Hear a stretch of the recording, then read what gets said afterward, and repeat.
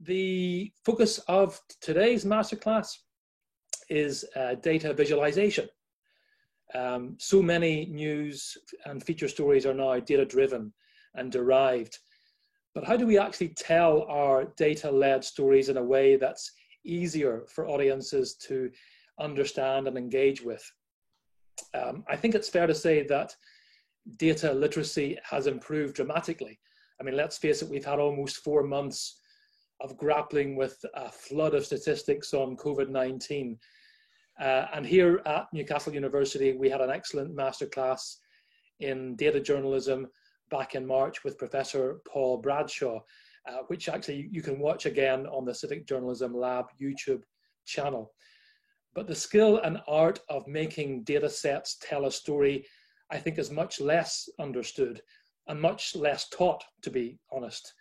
We all know how powerful data visualized can be when we see it in a tweet or a post or on a website or even on a double-page spread in a newspaper. But how we actually go from that Excel spreadsheet to a compelling graphic, well, that remains a mystery to most of us, which is why I'm delighted to welcome two undisputed experts in this field, Adam Frost and Tobias Sturt, to take this afternoon's masterclass with us. Adam is the former head of data visualization at The Guardian's digital agency, and his work has appeared on The Guardian, The New Statesman, BuzzFeed, and elsewhere. Tobias, he was head of creative at The Guardian's digital agency and has been working in digital storytelling for almost 2 decades, using all kinds of media from web to TV, games, and infographics. And Adam and Tobias now work together as directors of Add2, an agency specializing in data visualization. So Adam and Tobias, welcome. Thank you for taking the time today. I'm going to hand over to you at this point. Thank you. Thanks, Ian. That's great. Thank you very much. We'll try and live up to that introduction. So, yes, as Ian said, I'm Adam, content director at Add2. We'll explain a bit more about what we do in a minute. Yes, so by a process of elimination, I am Tobias. I'm the creative director. Which is, look at my background compared to his, but pictures. There you go. I'm going to try and share my screen now. I'll assume that either Ian or Tobias would tell me if this hasn't worked. Working. Good. Okay, let's try presentation view. Okay, has that all worked? Is there a horrible little black box saying talking down the bottom? Or is that invisible? No. That's so Teams. You're just seeing the screen? Yeah. Perfect. Okay, I shall kick off. So, yes, we're going to talk about data visualization today. As Ian said, I know Paul Bradshaw has spoken to you about data journalism more generally. And so he's excellent. So he would have talked, I'm sure, about finding stories in Excel and checking their veracity and how you just make sure that, or even just finding a good story in the first place. So we're going to be talking more about the visual side of things. There'll probably be a bit of overlap, but hopefully not too much. And yes, to emphasize what Ian has said, I saw this a couple of days ago. Washington Post is adding 14 new positions to their graphics and design teams. And most critically, 6 of the 7 most visited stories in the history of the Washington Post have been graphics. So there's no question that for any young journalist, having visual skills, visual literacy is becoming increasingly important, increasingly integral part of the job. And certainly at the moment, it's hard to imagine a story about COVID-19 that doesn't have some kind of accompanying graphic with it. And there have been various attempts to sort of convey different aspects of COVID-19, not just around the data side. You know, should we be counting cases? Should we be counting deaths? Should we be counting deaths per million? Sort of a per capita measure of some kind? Or should we be measuring the trajectory, which is the chart in the middle at the top? The FT went for a sort of trajectory metaphor and used a logarithmic scale. So even leaving all that aside, so the sort of statistical side, then there's a visual side, which is, should we use a map? Should we use a line chart? Should we use a bar chart? Should we are we talking about flattening the curve and so on? So there's just been, people have, I mean, they always reach for visuals and charts, I think, to explain things in times of uncertainty, where information is sort of new and alarming. But now I think this has been unprecedented. In fact, Private Eye rather optimistically suggested that the new graph suggests that the number of graphs may have peaked. They kind of feel that there's been almost a kind of excess of charts, that people are kind of maybe using charts when they shouldn't, too many charts, and you know, they've kind of satirized it.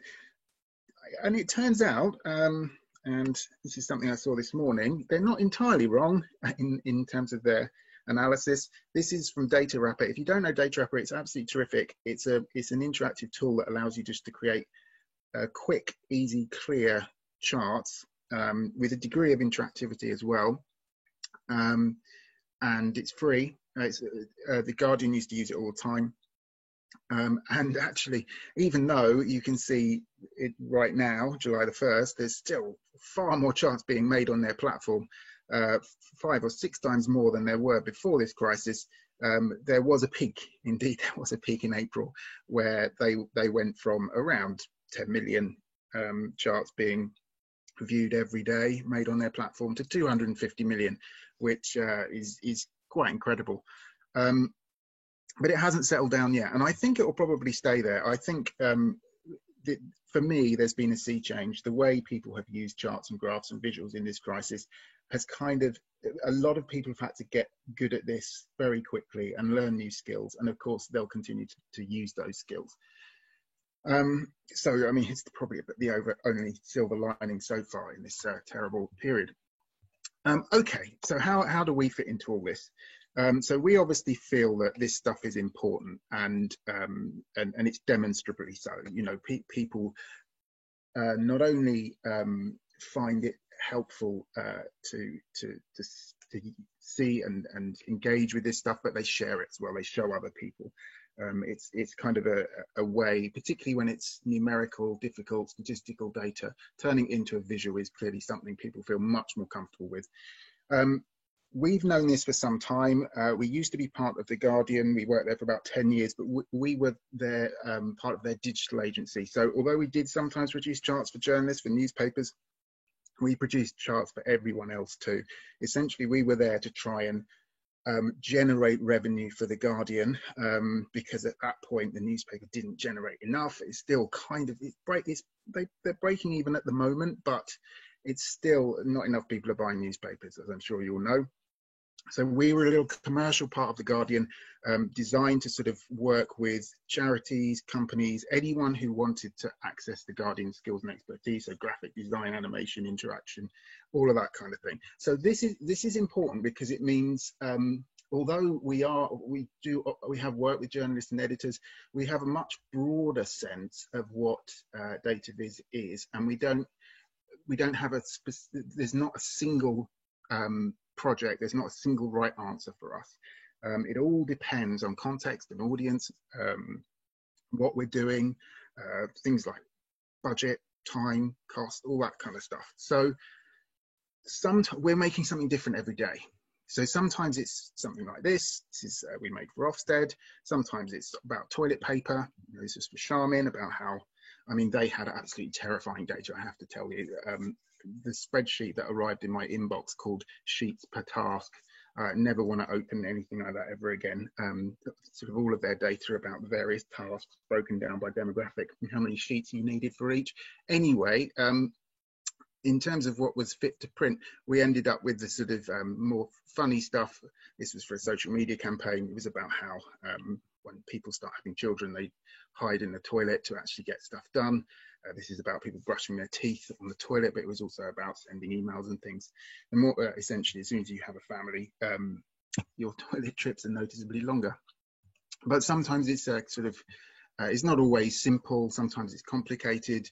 Sometimes it's for experts. So this was for corporate carbon disclosure experts, who in the end, they weren't that interested in the size of each company's carbon footprint, which is what the numbers show. They were interested in transparency. How much could you trust the numbers? So that's why instead of sizing these bubbles, as would have been the sort of default Guardian technique, we ended up keeping them all the same size, because the important thing is how clearly you could read the numbers. So sometimes we're talking to people who really know their stuff. Sometimes we're talking to the general public. Sometimes we're talking to people who need lots of different stories. So it's interactives. This was for a market research company. And sometimes we're making animation. So just one story, linear, has to make sense. We've got 2 minutes to tell it. So the reason I'm telling you all this is because, just to emphasize, we are continually changing style guidelines, tone, audience, the media type. But what we wanted to talk about today is the fact that no matter what our project is and what the audience is, the process we go through is the same. And this has been the most useful thing to talk to our students about. Just because it means that, because all of you will be doing different things. Some of you will indeed be making ambitious interactive charts. Some of you will just be making little static charts for social media, animated GIFs. You know, journalism can be all of these things and more. But we think the process you go through is the same regardless of what you're making. So that's what we want to focus on today. The steps you go through, the tools you use, the skill sets you need. So it's fine design, make refine, always in that order, and it only goes horribly wrong if you try and go backwards. If you try and design something, or you come up with a fantastic idea for a story and then you try and find some data to fit into it, that's when you turn into Fox News, and you don't want to do that. In terms of what's happening at each stage, first of all, this is the stuff I'm sure Paul Bradshaw would have covered. Just finding anything that's going to be relevant for your story, checking it's all true. We tend to use Excel for this. I mean, I know it's awful, but it's everywhere and it's free. So we do 9 times out of 10 use it. I mean, increasingly Google Sheets. R is fantastic as well if you really are interested in statistical manipulation. And you can do some interesting stuff with charts if you use the ggplot package as well. This stage is all about just making sure what you've discovered is reliable, truthful, so that you're credible. This is the rock on which everything else is based. If you don't get this right, there's no point moving forwards. Design. Okay, this is the sort of first among equals for us, because this is the bit that we think often gets skipped or rushed. This is when you get editors, usually journalists, copywriters involved. The first part is more sort of research based. This is when you look at all the data you've discovered and work out what the right story is for your audience. You're usually sort of building a world around it. And here we focus very much on pen and paper, so sketching things. So you'll all have notebooks already. You're also going to need sketchbooks, because this is about just drawing and redrawing until that story makes sense, until you've deleted everything, you've got it down to the bare essentials, and you've got the structure, the information hierarchy right. Has to be pen and paper, because if you start making things in software, you get incredibly attached to it. You think, oh, that looks okay.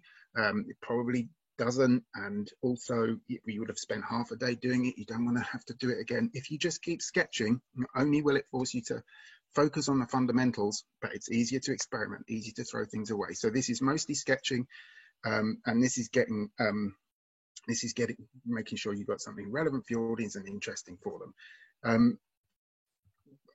What I would say about that sketching part is, you know, this is for a PowerPoint presentation where we tend to use Post-it notes, but for anything more ambitious or more like an infographic, we're obviously using A4.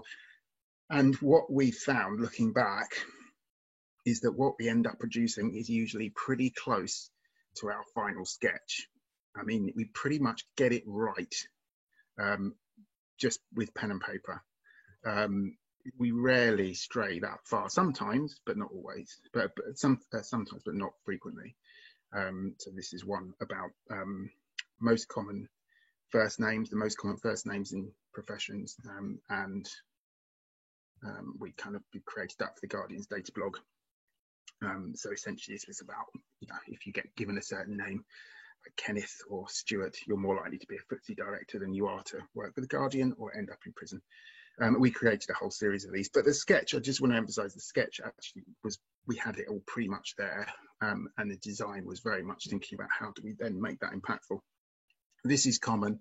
If you're interested, this Phaidon book has they've interviewed all kinds of designers, and what you'll find is their sketches are pretty damn close to the final version. I mean, the example on the right obviously has big title up at the top, but everything else in terms of the choice of charts, the amount of content is all being decided at the sketching stage.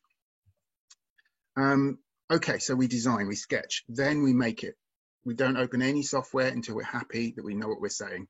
This point, usually designers, illustrators, animators get involved, software developers sometimes, front-end developers, and here we're choosing the visuals that are going to help people see that story. The tools tend to be Illustrator, After Effects if it's an animation, D3 if it's an interactive chart. We still get forced to use a lot of PowerPoint just because our clients still bloody use it. But I'm hopefully in most news organizations, you don't have to use Microsoft products. And you can use some of the others which are way better as design tools.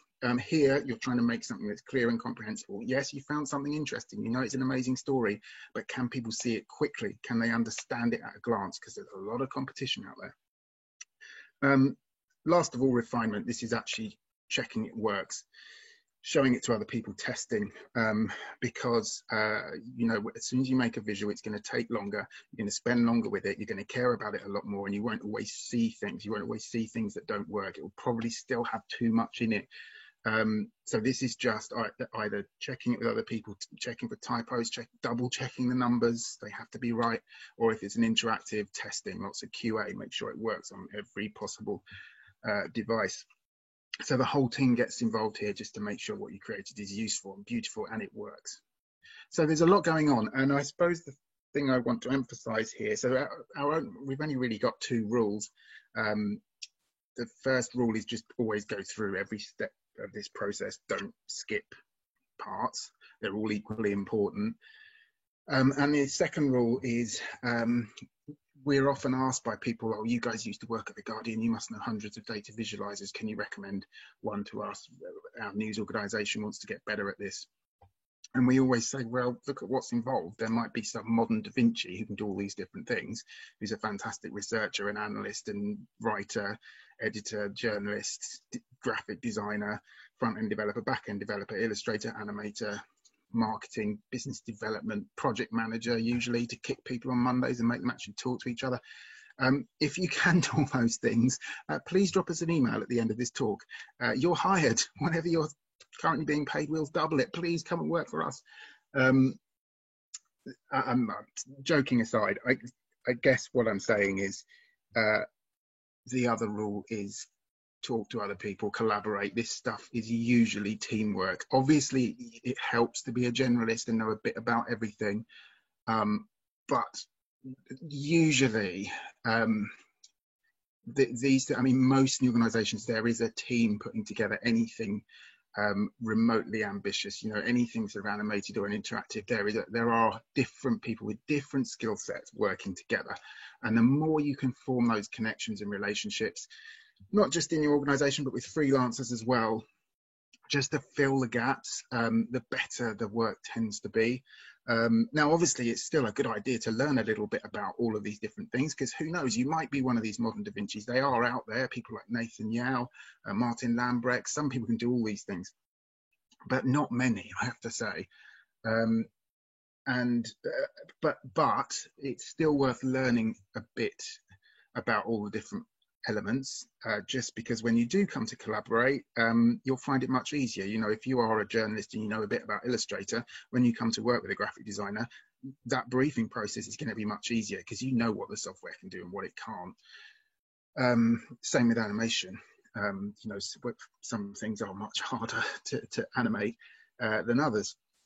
So you know, I encourage you, please learn all about these things, but at the same time, do remember that the best data viz is frequently teamwork. Okay, so that's our process, and those are the only rules we have. We don't really find other rules particularly helpful. You know, you Google this stuff and you see people saying, oh, well, you can only have 10 bars on a bar chart, or the y-axis always has to start at 0, and all this stuff. And everything depends on the story. I mean, as long as you're telling the truth, everything else is about which visual is going to serve the story best.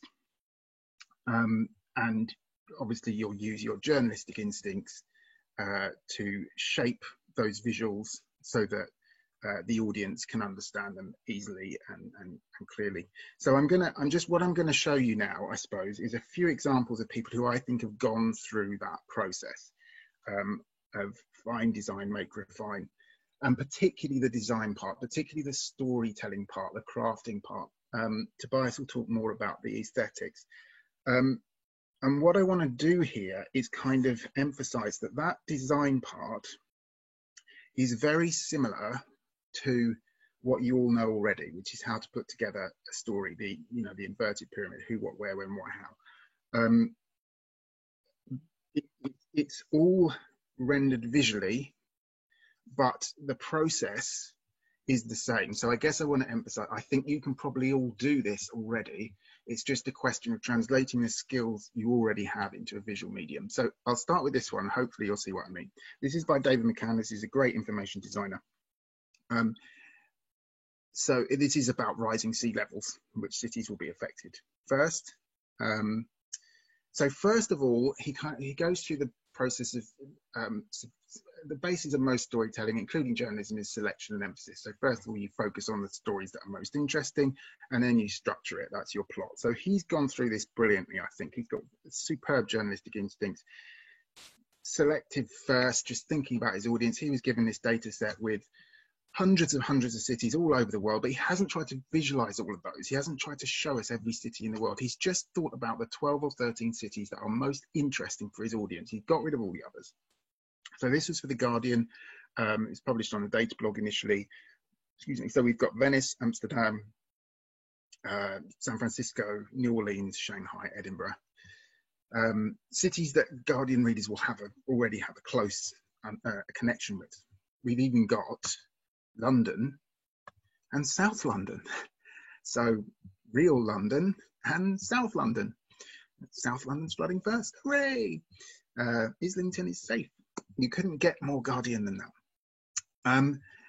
So thinking hard about his audience, we've got 2 Londons. We've also got 2 New Yorks, by the way. We've got New York and Lower Manhattan. So where a lot of Guardian readers are, London, New York, he's doubled up on those data points. So that's our main story. Next, we go over to the y-axis, and we can see that the seaweed's going to rise by 2 meters, 4 meters, 6 meters, 8 meters. Then how many years is this going to take? 200 years, 400 years, 1,000 years. Then we've got these small multiples over here, what the whole world is going to look like in 80 years, 800 years, 8,000 years. And finally, what causes it? So Arctic ice, Greenland ice sheet, Antarctic ice sheet up at the top.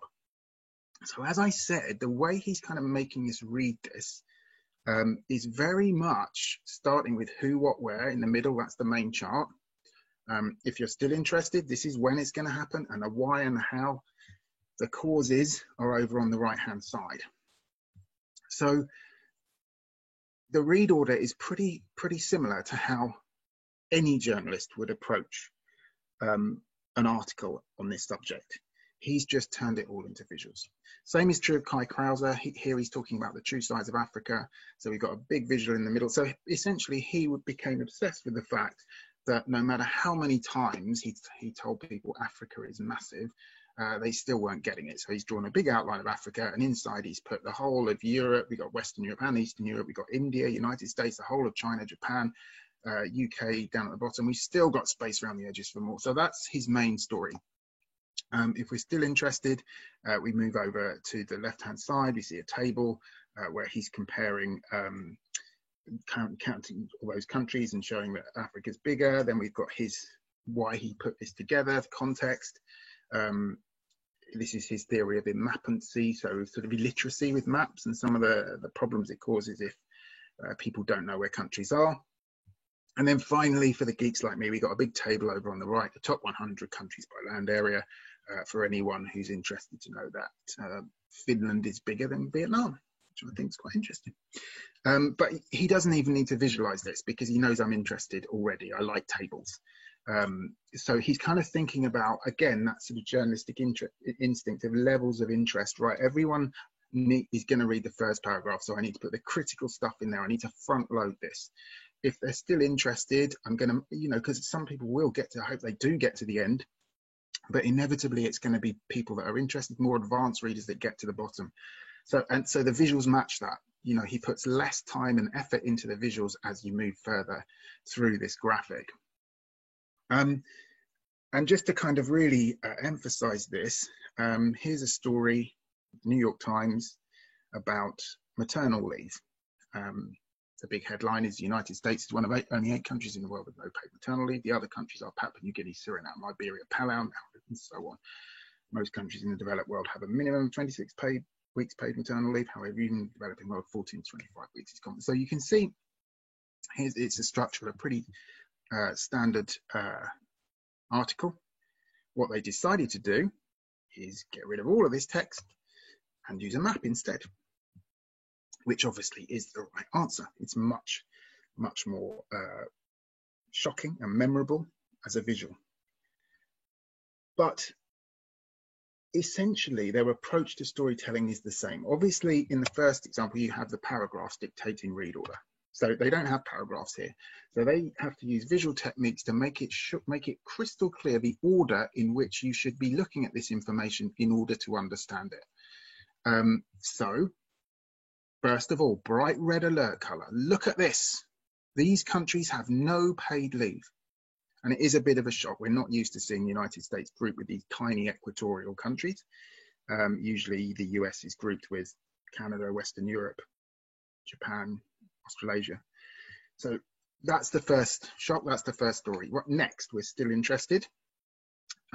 It's those shades of blue, dark blue to light blue, going from 26 weeks or more down to less than 14 weeks. So we'll probably find our own country, probably find the UK, compare it to its neighbours.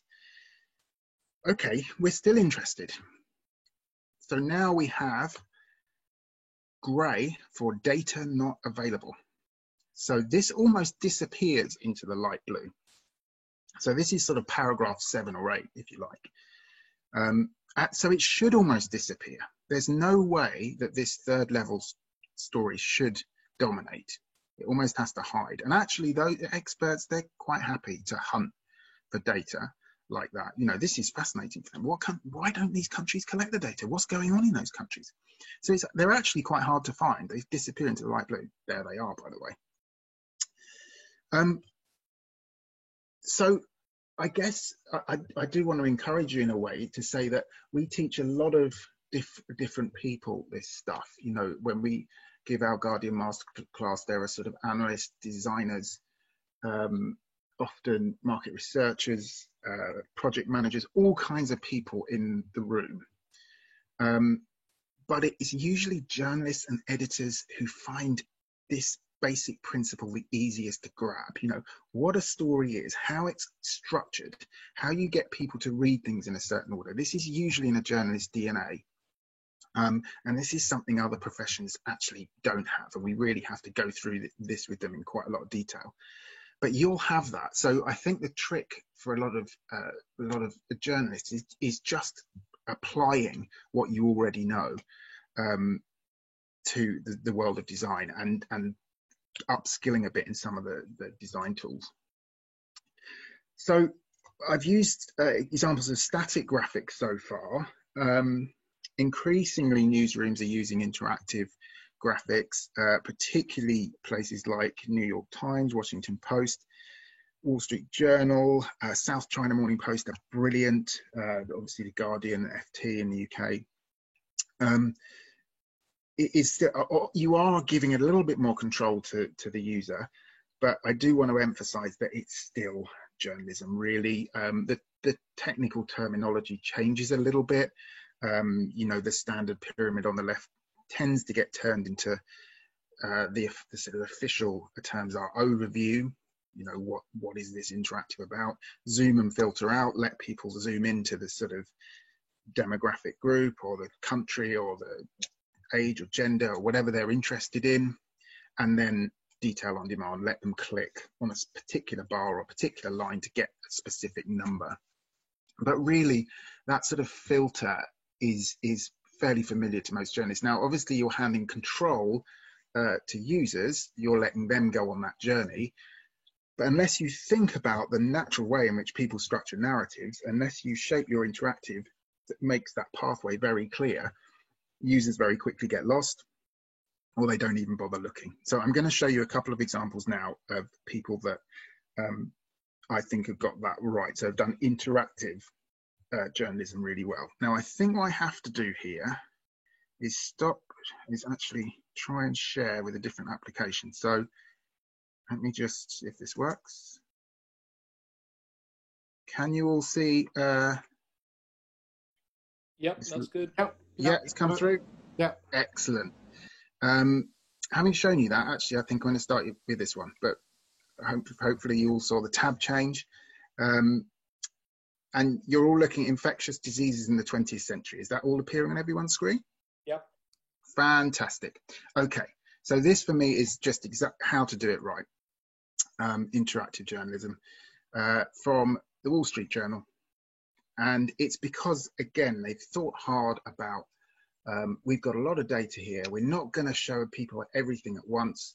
We're going to choose the most interesting parts of our data set and then structure it in such a way that people aren't overwhelmed, that there is a kind of natural progression. So they had data about vaccination, and their main story is very clear.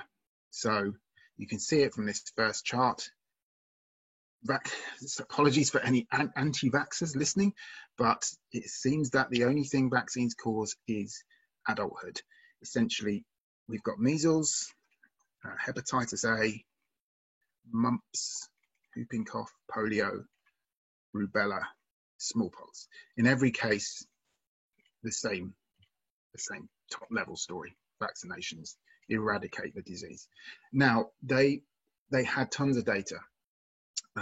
Now in data viz, people talk a lot about the rule of 7. If you're interested in cognitive load, which is essentially the amount of new information people can take in at once, there are lots of books about it. Most of it's based on the work of Joel J. Miller.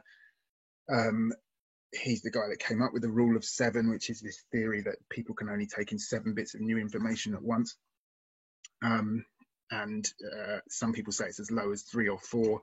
And it's just interesting in data viz, particularly because you usually have tons of data, and the temptation is always to put too much in and completely overestimate how much people can take in. You know, I suppose our brains really, even though we're supposed to be, you know, Homo sapiens, the wise man, our brains really are suboptimal when it comes to taking in new information. We are really terrible at it. We're kind of protective of the information we've got in our heads because that's important and it helps us survive. And we're very resistant to new information. Just think about trying to remember, you know, a phone number or even like a PIN number, 4 numbers. You know, usually you have to repeat it 5 times, or you have to make it like the date of your grandmother's birthday or something, just for 4 numbers. And you know, if you don't use it that day, you'll forget it and have to do it all over again. We aren't great at it. So again, good news is journalists are usually very aware of this and tend to understand the importance of editing things down to the bare minimum and structuring information. So you chunk up information. So it's small amounts in a logical order. And that's what the Wall Street Journal have done here. They had data on lots and lots of infectious diseases. I'm sure they weren't thinking rule of 7, remember the rule of 7, but they just chose 7. They just chose the 7 most dramatic and the 7 most well-known. Because if you had to just keep scrolling through these, you know, 15 of them, 20 of them, you just get bored and you kind of think, well, you've made your point now. And you just choose the most relevant ones. So they've only chosen the most dramatic, and they've started with measles, which is the most well-known and the one that's generated most controversy because of MMR and everything. And in fact, you can see some of the controversy here because essentially by about 2000, most states weren't even collecting data on measles. Can you see NA? They're not even collecting anymore because it had gone. In 2003, every state was ordered to start collecting measles data again because it was back. You know, and I mean, I don't know, maybe this will get even darker blue as the years go by. It's terrible. But anyway, the other thing to emphasize, I suppose, is if you do move into interactivity and you get it right, like they have, you know, they've thought about, okay, let's structure this so there isn't too much information. There's one chart for each. We're making a lot of these decisions. We're choosing the 7 most interesting. We're going to have one chart for each illness. We're going to have the 50 states over on the left. We're going to have the years along the bottom, because as a metaphor, time moves left to right. If you make all these instinctive decisions and you make them well, users can then find stories you couldn't even possibly have imagined, because they will just be looking for, they'll usually find their own state first. So say I'm from Vermont and I find out that, okay, so in 1955, there were 2,000 cases of measles for every 100,000 people. And then by 1968, 13 years later, there were 2. So we've gone from 2,000 to 2 in 13 years. I mean, this is extraordinary. And so I guess I want to emphasize as well just how, if you move interactive, you're just freeing up all these stories. They do take longer to make. They do often cost a lot more, but the rewards for the reader are phenomenal. They're easier to update. And, you know, the amount of information you're packing in here. So just have a look at this. So we got 1928, we've got 50 states. So just that first year, 1928, we've got too much information for one chart, really. So we've got about 200 or 300 charts, static charts in this interactive. And then they do it 6 more times. So you can just see how the efficiency of information transfer, the amount of stuff you're able to get into your audience's head is just huge. Have a look at this one as well. And just want to finish with this example, because I think it's just another great, I mean, The Guardian are very good at this, but this is a few years old now, but it's still terrific. This is about gay rights in America. So again, thinking hard about their audience. US readers are very interested in equality legislation. And so they just thought, okay, let's have a look at how gay people are treated in America in different states. And so they're thinking about that overview first, so making it very clear, this is our headline, this is our main story. It's really different depending on where you live. So we see that instantly. Lots of color over here in the Northeast, pretty good in the Southwest, but once you get down to the Southeast, a big, huge chunk of gray there in the Bible Belt, where it's not much fun if you're gay. So very quickly we understand our overview. Then we're kind of into paragraph 2 or 3, if you see what I mean. But they get to write this themselves, because they go over to where maybe they're from, their individual state, or where they've lived before, or where their friends live, or where their parents live. They roll over and they get even more information. You can see that key is dynamic. And what The Guardian have done here, and again, I'm sure they weren't thinking rule of 7, must remember cognitive load. They just instinctively thought, right, there are thousands of laws that apply to gay people in America. How do we make that manageable? So let's turn it into 7 top-level topics: marriage, hospital visitation, adoption, employment, housing, hate crime, schools. So that's a manageable number. People aren't going to have to keep looking at the key all the time. Our chart isn't going to be massive, you know, it's not going to have sort of 13 cells in it, and it's not too small either. If we went down to sort of 3 or 4 topics at a little small chart, obviously we'd have to squash some of those topics together, and they don't really fit, you know, having adoption and employment or housing, and, you know, they are distinct at the moment. And as a bonus, we get the rainbow flag metaphor as well. So just good journalistic instincts means that this is incredibly easy to read, and we very quickly we can find our own stories. And I think for me, the story that really came out of this, I knew America had a federal system, but I didn't realize until I saw this quite how much control individual states have over their citizens' lives. I mean, have a look at this. So if you live in Iowa and you're gay and you decide to visit Ohio, suddenly you can't see your spouse in hospital anymore. You can be fired if you're gay. You can be evicted if you're gay. There's no protection against hate crimes. Schools can teach that gay people are evil. I mean, this is a completely different country. I don't understand why anyone gay lives in Ohio. Just move to Iowa. It's not that far away. And certainly, I should say, it explains why a lot of gay people choose to move to California, where you're treated with complete equality. You'll also notice I kind of broke the chart there. the default here is scale charts states equally, which is technically inaccurate. Again, journalists are really good at this. The people from a stats background tend to get really fidgety when you actually sort of torture charts a bit to make them clearer. Says, oh, that's not accurate anymore. That doesn't really explain how many people are affected by these laws. Yep, okay, we'll include that, but people have to choose to scale by population. Now we are seeing how many people are affected. So that's Texas, there's California, but people have to choose to see the sort of difficult but accurate chart. The default should always be the clearest, even if it means slightly misrepresenting the data, which it doesn't really.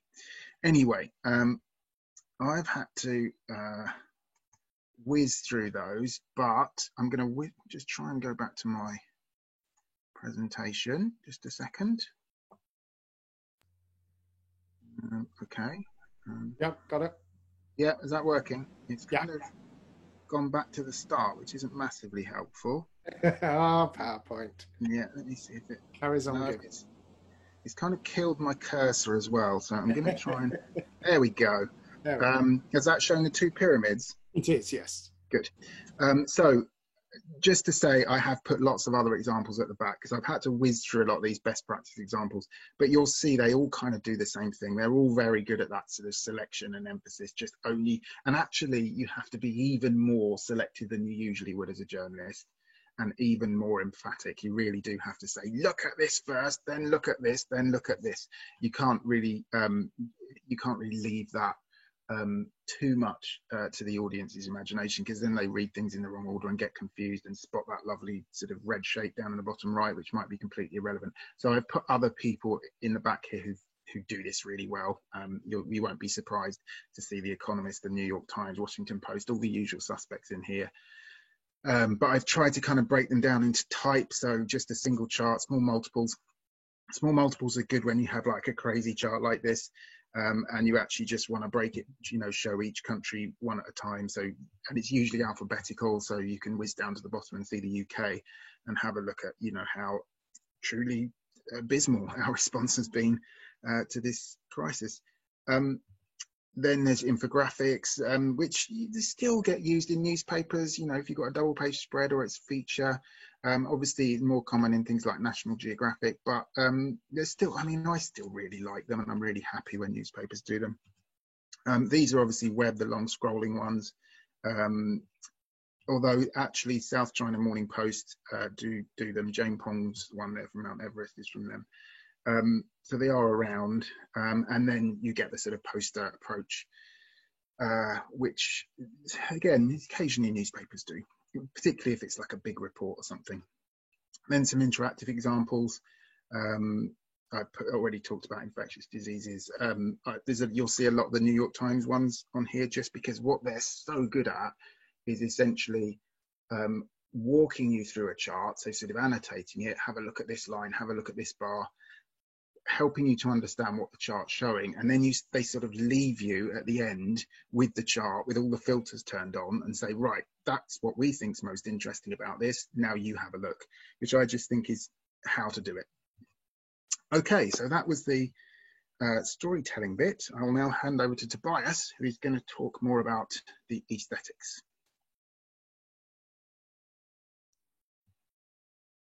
Tobias, you're on mute. Let me do that. There we are. Here I am. Can you hear me? Yep. Yes. Going? Yep. Right. Yes. I'm going to talk about the visualization bit. What happens once we have defined our story. Hold on. Let me just switch off the thumbnails there. What happens once we've defined our story? How do we go about telling it visually and articulating it with visual elements? In order to do that, what I want to do is look at an example. Now, I need to slightly prepare you for this example because it is a subject that can provoke strong emotions. A lot of people quite often get very angry about this because it is the very vexed question of pineapple on pizza and whether it should be allowed. So a couple of years ago, the Prime Minister of Iceland came out and announced that he thought it was an abomination. And if he could, he would introduce legislation to ban it. And predictably enough, the world's news media went crazy because, you know, why report actual news when you can cover pineapple on pizza? And this story was everywhere.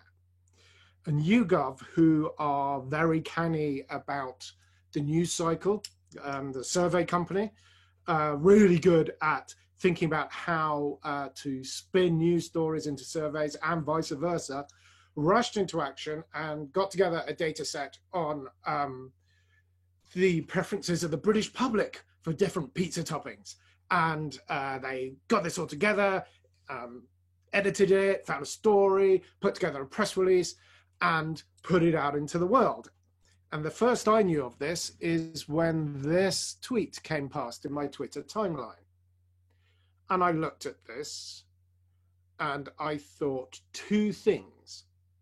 The second thing I thought was, wait, what do the British public think of pineapple on pizza? It actually took me a while to find pineapple. I knew why they had released this data. This story was in the headlines. Here came this release. This must be about pineapple, but turned out, you know, pineapple's tucked away, sort of bottom left-hand corner. The title says mushroom is the UK's favorite. It took me ages to find mushrooms. It's right down the bottom. It's practically a footnote. And then it's just like, there's just numbers, like 42%, 65%. Are those high? Are those low? What's the spread? What's the lowest? I can't tell how popular. I mean, I would guess pineapple is kind of 42 is about average, but is it? I don't know. I can't tell from this. It's really hard to kind of get the idea of the shape of the data and sort it out and figure out like what the actual structures are. It's not really telling me anything about the data. But the first thing I thought was the first thing that all of you thought, which is, what the hell kind of pie chart is that?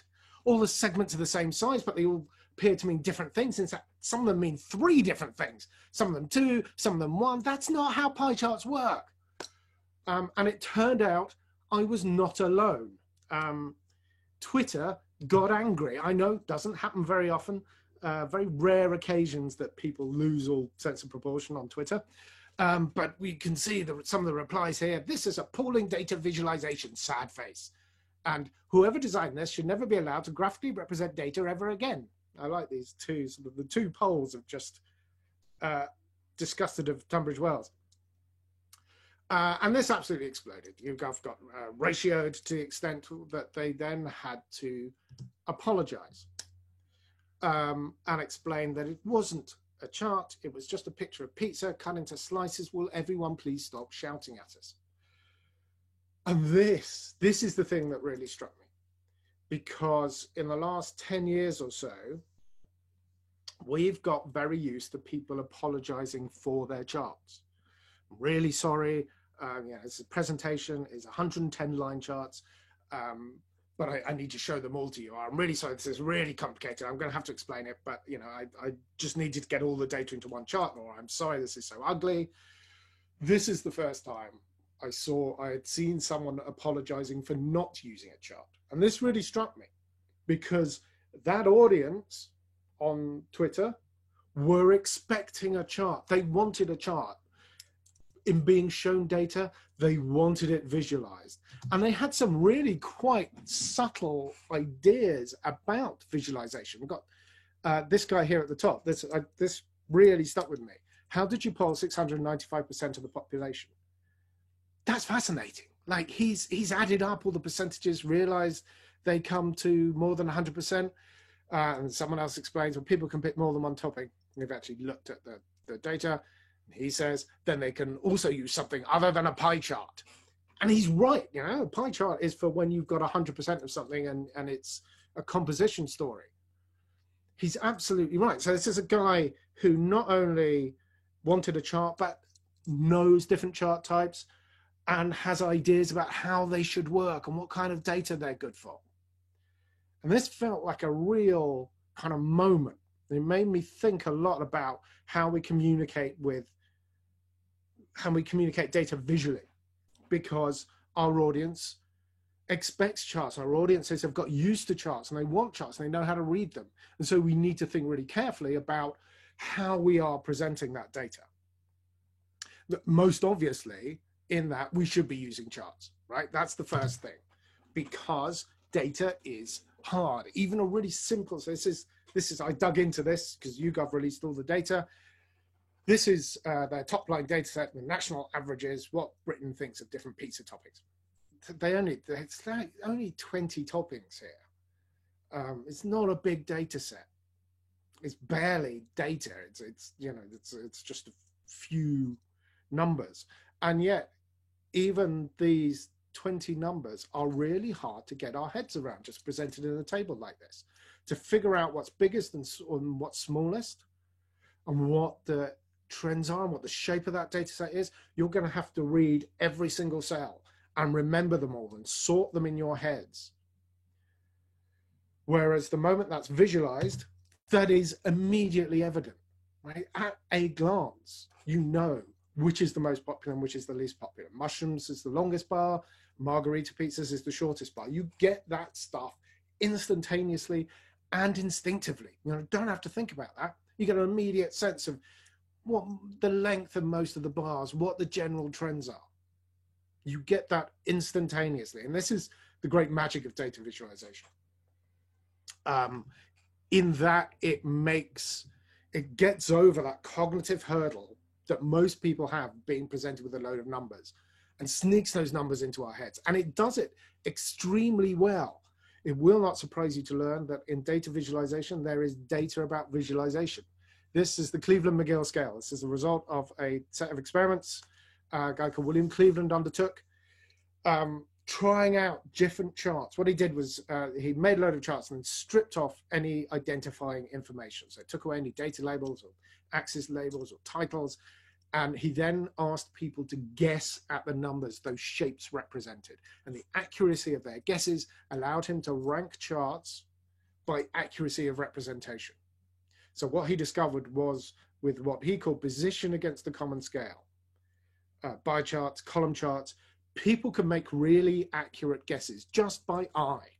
Not just what column was taller or smaller, but how much taller, how much smaller, a sense of the relationships in that data that were really quite accurate. And this really matters, because in those first few moments that we look at a chart, we're taking in a huge amount of information. We're taking in a whole ton of data. And if it's charted accurately, we get an immediate, instinctive, accurate impression of that data set. And we have this really fantastically accurate overview of the data. Now, we still need the actual data points. William Cleveland called this a structure of pattern perception and table lookup, because he was an academic and daren't use plain language where he could actually buff out his word count a bit. Overview and detail, the ability to get that instantaneous overview of the chart, but then within that chart to be able to look up detail, because you need both, right? You need that overview in order to be able to navigate that data, to understand its structure and find the individual data points. But you need to understand the overview, because without it, I mean, you, as William Cleveland discovers, you can get an accurate idea of the relative sizes of these bars, but you don't know what they mean. You need data labels to give you that stuff. But here's where we start hitting a real problem in visualization, in that the moment we add in that detail, the data labels, the axes, the grid lines, chart titles, axis titles, we're starting to clutter up the visual space, and we're starting to remove our ability to do that really fast overview. It's a lot harder to get that instantaneous sense of those shapes.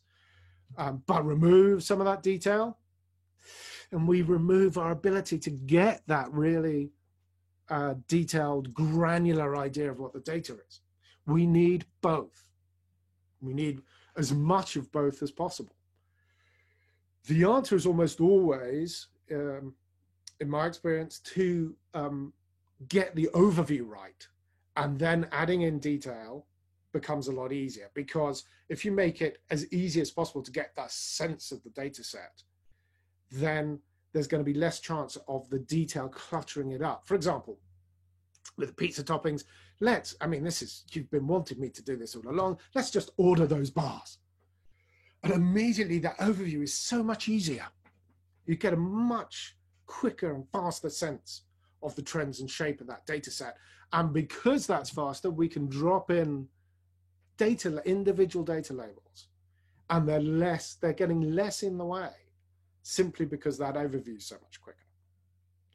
But in doing that, I have done something else. I've maximized overview and detail, but I've also changed the story. I've also changed how you are reading this data. By ordering everything by value from highest to lowest, I'm making you think about this data in a particular way. I'm making you see every single pizza topping in the context of mushrooms. Mushrooms is the most popular, everything else is less popular. How much less popular is it? And this is a crucial thing to remember. Any decision we make with our visuals is going to start to frame how our audience reads the data. And this gets really fundamental. This is one of my very favorite graphics from a data research paper. Yes, I have such favorites. I'm that kind of person. This is from a paper by Barbara Tversky and Jeff Zack called Bars and Lines. This is just one example, and I'm about to horribly simplify and dumb down their research, which is fantastic. It is an amazing paper. In this case, they took a really simple data set, average heights of 10-year-olds and 12-year-olds, and then they charted them in two different ways, as a column chart and as a line chart. And then they showed each chart to a different audience. They asked those audiences, what can you tell us about the data you just looked at? And here is where it gets interesting, because the audience that saw the column chart said, well, on average, 12-year-olds are taller than 10-year-olds, which is fair enough. But the audience that saw the line chart said children get taller as they get older. Both these stories are true. Both these stories are in the data. You can arrive at either story through either chart by reading it, taking in the data, applying a little analytical thought to it. What matters is that the visuals chosen made the audience think about the data in a particular way, just instinctively. Column chart made them see it as a story of contrast, because that's what column charts do. They separate out the data points, they base align them, and they ask us who's bigger, who's smaller, who's winning, who's losing. Frames it as a competition. Whereas a line chart, each data point is joined to the next. Each data point becomes the next. It describes a trend across the page through time. And so we see those relationships in the data instinctively. So in thinking about how we are charting data, we are not just thinking about how accurate our chart is, how well we are giving that overview and detail of the data, but we also have to start thinking about how we are framing that reading of the data. How is our visual language going to change how our audience reads the information? As that guy pointed out at the start, a pie chart does this fantastic job of composition. You got a circle, a shape whose beginning is its own end, that symbol for perfection, and you divide it up into its constituent parts, into those wedges.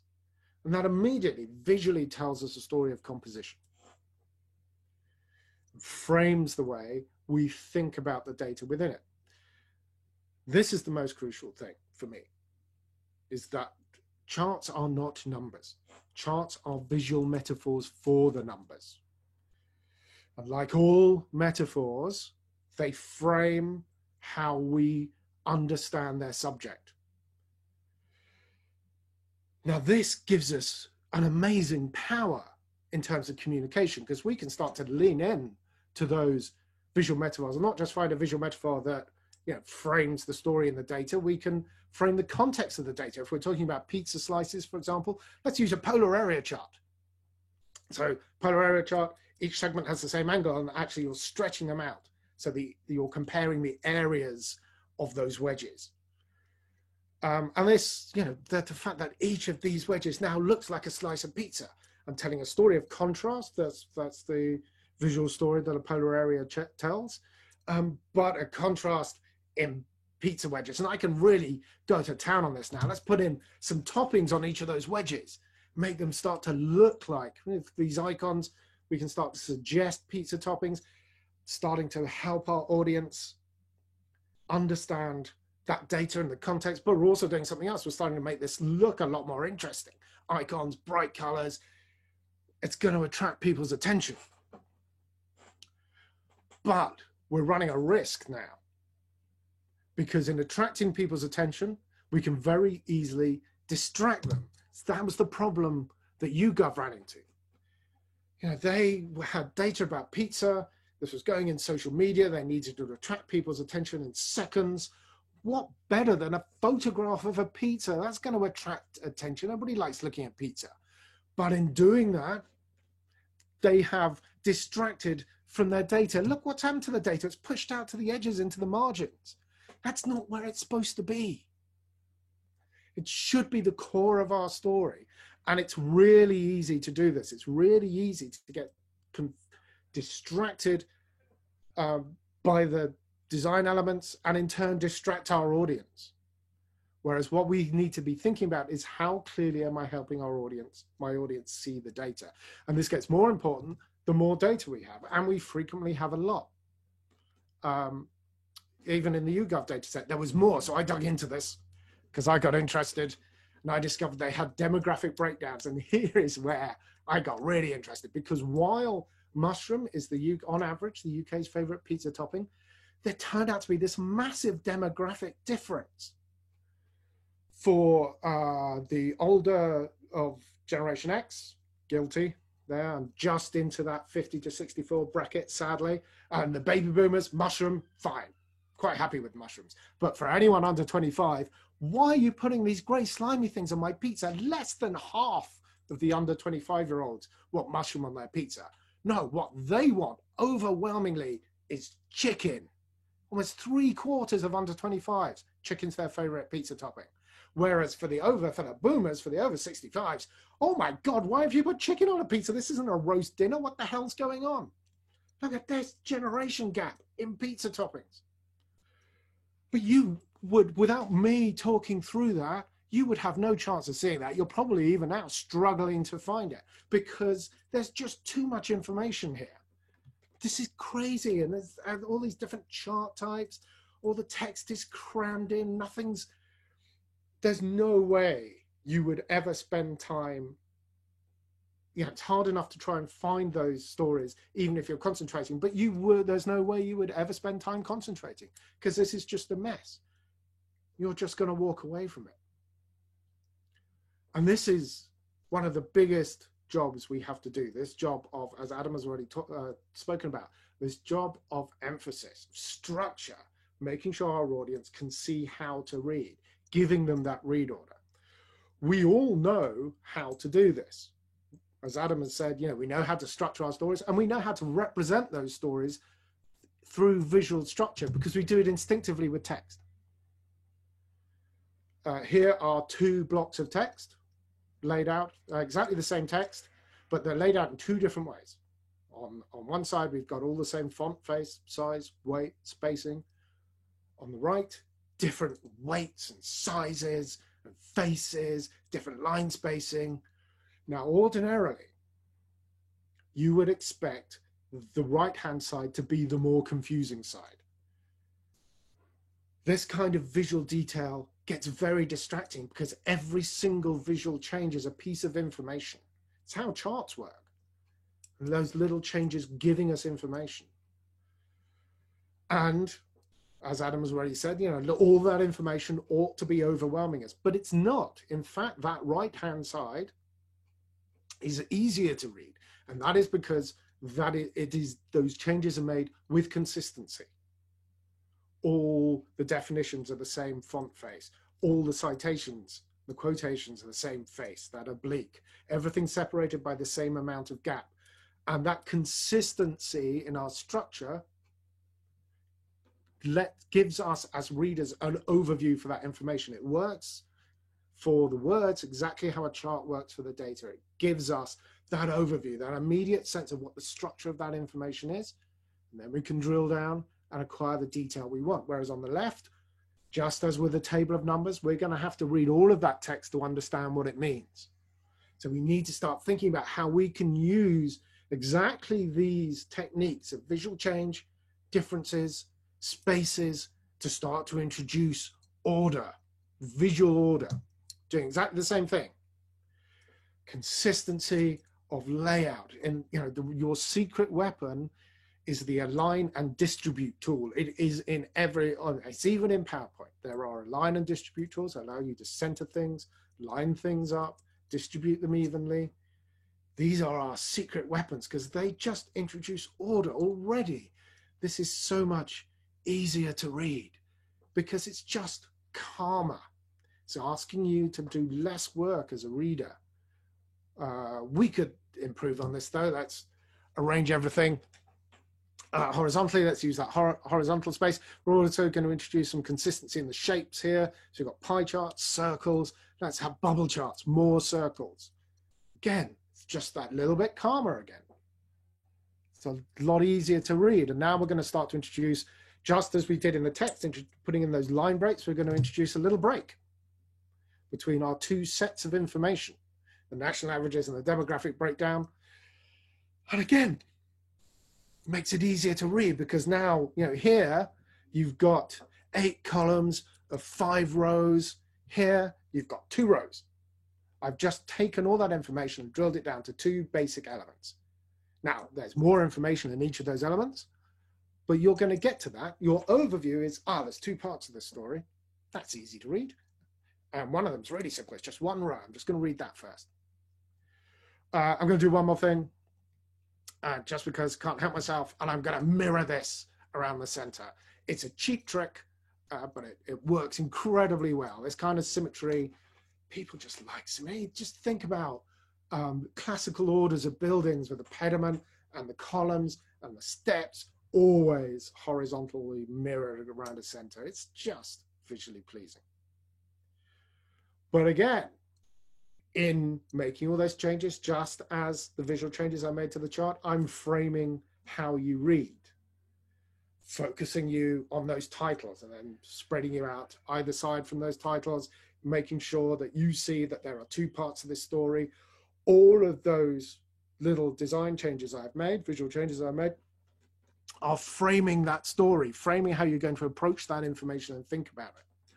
And this is true of all the design elements we use. Visuals tell stories. Color tells stories. Here are 4 icons for the 4 seasons, spring, summer, autumn, and winter. And you're looking at that yellow snowflake and thinking, don't need the yellow snow. But you are also thinking, that's supposed to be blue. Blue is cold. Winter is blue. Blue is cold? I mean, hot things get red. This is true. But blue is cold. And yet we have this, that is a really fundamental color story that we have in our heads. Hot is red. And these stories can start to frame how we read. Blue data, it's a little bit cooler, whereas the yellow is a little bit warmer, a bit more approachable. That's going to change how our audience approaches our information and thinks about it. But also, of course, it's going to structure. So we introduce different colors. We start to see, we've got yellow and green data. There's 2 blocks, 2 kinds of data here. In this case, vegetarian and meat options. Or I can, as the New York Times did, use that color to reinforce my read order and say, read the red stuff first. Red is a fantastic alert color. Human beings are programmed to notice reds and pinks. It always attracts our attention, and here I am going to use it to represent my story structure and say, read this first, then the blue stuff next. But this is crucial to remember, that just as with our charts, all our visuals are going to have these multiple effects. They represent information, content. They frame how we read. They represent emotion, meaning, and they also give us structure. And order how we are going to read and show us how to read. And it can be really easy to distract from that, as we saw. But it's the most important thing. Making sure our audience can see how to read and enabling them to read clearly is vital, because our visuals can very easily distract. Photography is terrible for this. Photography is great. I mean, photography is an amazing way of attracting people's attention because it's hugely visually dense. It's going to draw people in, make them look, make them notice. But in doing that, we're distracting from the data visualization. You can see here, you know, those charts on the right, I've kind of given up. There's no color, there's no point. Everybody's going to be looking at that picture of pizza. This is what makes photography so great for things like titles, for splashes, particularly in interactives. Having a big, bold image that's going to attract people's attention is brilliant. But once we drill down into the actual information, we're going to want to prioritize the clarity of expression, making sure that our audience is going to see the information first and see how to read and understand what it means. Because if we do this well, if we prioritize that clarity and structuring of our visuals well, we can start to tell really complex stories. For example, you know, we could start to pack in that demographic story that I was talking about without necessarily distracting or upsetting our audience, because we have done it clearly. And this is the last thing I want to leave you with, which is that out of all these elements, clarity is the most important, because clarity is in itself attractive. If our audience can see how to read, they will willingly engage and read, and thus we can get them to the detail. Now, in order to arrive at that clarity, you can see I've had to sacrifice a huge amount of detail. Lots of data has had to go in order to make this as easy to read as possible. But if I included all that information, no one would get to those demographics data at the bottom. Without that clarity, I can't get you to that detail. So it's no good packing this stuff with information if it's just going to confuse your audience. We need to prioritize that ease of reading above everything else. I'm assuming we are going to share these presentations with everyone. Yeah. Yes, absolutely. Yeah. Yeah. So I shan't read through my conclusions because that's a bad thing to do. I think I was wondering if we do some Q&A now, because we've got a tools presentation which kind of talks through how the specific tools, free and paid, that we use to make this stuff. But maybe if we pause for any questions now, and then we can switch back to that for the last section. Great idea, Adam. Yes, so folks, if you want to just send me your questions on the chat function. So the chat function, if you haven't used Zoom before, if you just hover your mouse over the screen, you'll see a little toolbar come up on the bottom. You'll see chat. Click on that and then just type your question in there, and then I'll be able to put that to Adam and Tobias. And then, as Adam has just mentioned, we'll spend the last 10-15 minutes just talking about some of the software and tools. So maybe if you have questions about that, maybe that we'll keep those until the end. But maybe if you've got any questions, particularly about what Tobias and Adam have talked about in terms of the theory. I mean, I've learned lots. I mean, I've learned, well, two things in particular. I'm very excited to learn that actually the inverted pyramid still holds true, Adam. So as a journalist who spends a lot of time trying to drum that into students, I'm really excited that it has an application even visually. And Tobias, you know, I've got to thank you. I've learned that I'm really hungry for pizza, to be honest. It's always perfect doing that presentation either before lunch or before supper. It's perfectly timed. Terrific. So, folks, just send your questions. I've got one here from Richard, which I think refers maybe to you, Tobias. Richard says, interesting hearing about the Cleveland-McGill scales. Do you have any examples of when data viz has been used for sensationalist or propaganda purposes? And perhaps comment on the reason why it is effective.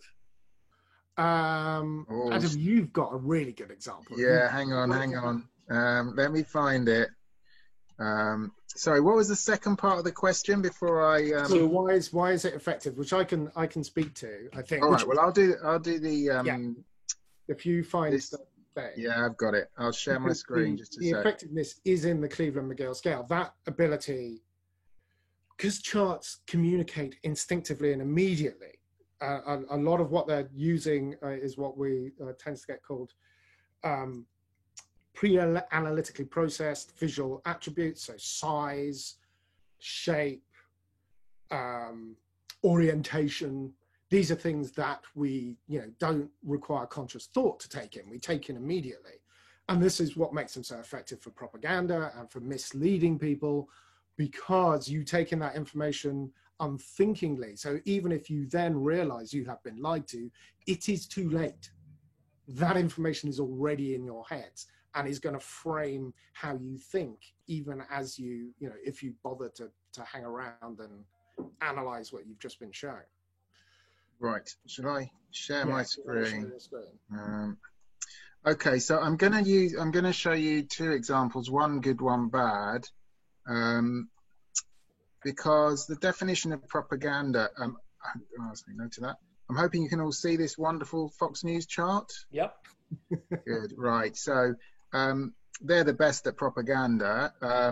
What you can see here is essentially they did everything backwards. It's kind of, they took our process and went backwards. So they started with a story that absolutely had to be true, which is that Obamacare was a disaster. Now the data didn't back this up, so they had to kind of massage it in various ways. First of all, they took a out-of-date target, which was the goal of Obamacare enrollment. So that March the 31st goal is already deceptive. They deliberately took an out-of-date one because there were problems with the software, which meant that goal was revised. So that's the first lie. Secondly, we've got 6 million as where they are in March the 27th, and the goal was 7 million. Now, a few days before that, they'd been at about 3 million. So, they were on track. So, they were on track even for the fictitious target, let alone the real one. But Fox News had to make Obamacare look awful. So you can see they've not. So leaving aside the dodgy data, they've then created a bar chart where the y-axis starts at 5,400,000 rather than 0, and they've removed those numbers from the y-axis as well, just for good measure, and therefore emphasize this gigantic gap where there isn't one. And you don't always have to start a y-axis at 0. So a line chart's a good example of where, if you're showing stock prices or something, where a sort of small change can be an important difference. I think you can have line charts kind of floating, and people understand with line charts, scatter charts, you don't have to. But where you've got a filled shape, the metaphor there is very much of a single solid object going from ground to sky, whether it's a building or a mountain. That's how people see those shapes, those bars. They don't see them as sort of heads poking over a wall. That's not. But that is essentially the metaphor. That's what's happening with these bars. We've just got the very top of these bars poking out of an axis. So it is pure propaganda. Now the question was about effectiveness.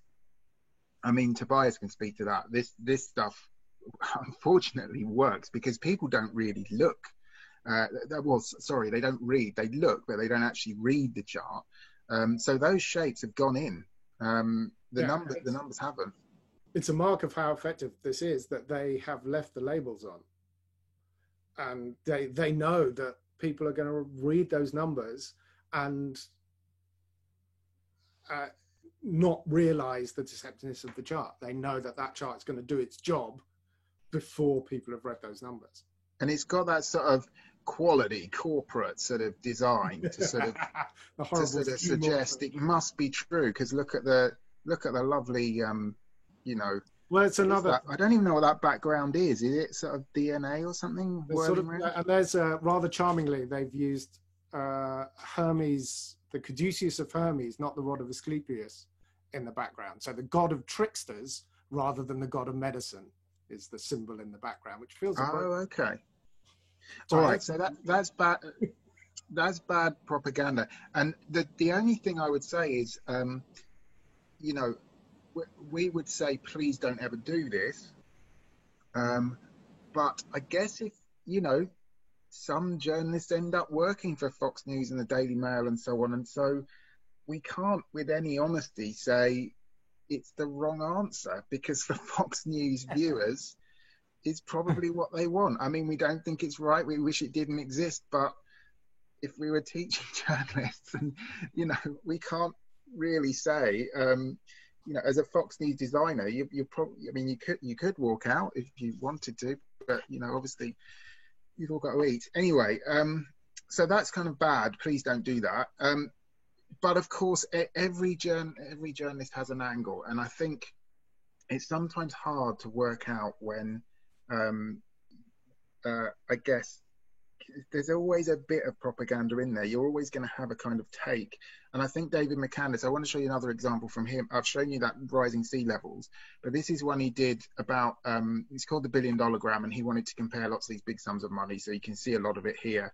He's comparing on the top left, US defense budget to China and UK. On the right, we've got Iraq and Afghanistan wars compared to how much we predicted to cost. All kinds of things side by side. But actually, the graphic is about what happens when you scroll down past all these huge sums of money to the worldwide cost of the financial crisis in 2008, which kind of goes on for ages. So what he's obviously doing here is saying, you know, we've seen that amount of money, $12 trillion before, but none of us understand millions, billions, trillions. So what I'm trying to do is saying, this is how much we gave the banks. It's about the same as all of this added together. Was that a good idea? Was it worth it? And obviously, to make that point, he's had to be hugely selective, and he's had to kind of, these boxes all sort of fit neatly together. So he's obviously changed the sizes a bit so that they all align. He's been very selective of, you know, choosing particular companies and you know, choosing wars that last 20 years, which obviously will cost a lot of money. So he's very much got a take, which is he wants us to think about, was it worth giving all that money to the bank? Should we do it again? And he's been arguably very biased in the sums of money he's chosen to make that point. But I think this is just good journalism. So it's actually very hard to work out where the line is. You know, obviously you don't want to go too far and to this kind of thing when you're basically lying, because this chart is saying Obamacare is a disaster, and it isn't. With McCandless, he is saying we gave 12 trillion to the banks. That is a huge amount of money, and it's roughly the same as all of this added together. And that is basically true. So I think as long as you've gone through that process of, this is reliable data, this is basically all, I can stand by all of this, then if you're making if you're being selective, if you're sort of cosmetically changing your chart a bit, then for me, that's kind of, you wouldn't want to go much further than McCandless. But I think that's just what a good journalist does. They have an angle, and it's got one foot in propaganda, but hopefully not both. Yeah, I think the crucial thing for me is remembering that people take in visuals instinctively and instantaneously. So they will, before they've even thought about what it is you're showing them, they will have taken in some amount of information. And that's what makes it so powerful. That's what makes it so easy to mislead, but also makes it easy to be honest and tell people, you know, the great example of this, which is in the last few months, the phrase flattening the curve has entered the language. That's from a chart. That's a description of a far curve. That's what people are talking about. And yet it was such an easy explanation to understand that it passed into the language, and it's become how we think about infections. That's amazing power to explain this really complex thing about, you know, herd immunity and stretching out and lessening the impact on health systems and all this to just into this one image. perfect. And it's amazingly powerful. Yeah. Thank you. Paul asks, what are good ways to highlight missing or poor data? I think that refers back to those fuzzy carbon figures we looked at with Adam at the beginning. Any suggestions, where there are gaps in the data? How can you let readers, viewers, how can you make them aware of that? Well, I guess poor data is sort of slightly different in that you probably don't use it, but missing data is a really interesting one. There are various ways of doing it. You can either, if there are gaps, you obviously there's various sort of dotted lines and things, but I think you have to decide how important the quality or the missing data is, because you essentially have to make a judgment for this audience. Is the quality of the data going to make them make poor decisions or reach wrong conclusions?